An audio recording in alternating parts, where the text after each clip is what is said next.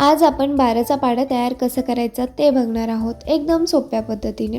त्यासाठी पहिल्यांदा तर मी जशी मांडणी करते त्याप्रमाणे मांडून घ्या, म्हणजे 12चा पाढा किंवा इतर कुठलेही पाढे तयार करताना अशी जर मांडणी केली तर पटकन लक्षात येतं.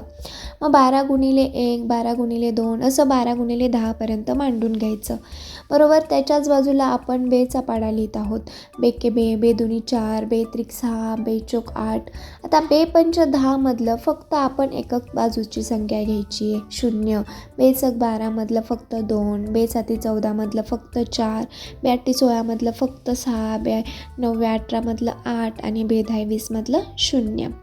आणि त्याच्याच दशक साईडला म्हणजेच 2च्या पुढं आपण 1चा पाढा लिहिलेला आहे. 1 2 3 4 आणि 5 लिहिलेलं नाही आहे. 5 आपल्याला स्किप करायचं आहे. डायरेक्ट 6 7 8 9 10 आणि 11 लिहायचं नाही. 11 स्किप करायचं आणि डायरेक्ट 12 लिहायचं.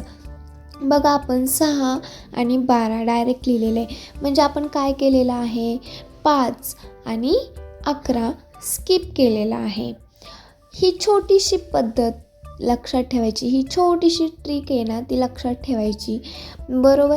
5 आणि 11 आपण जर काढून टाकलं तर 12चा पाढा तयार होतो.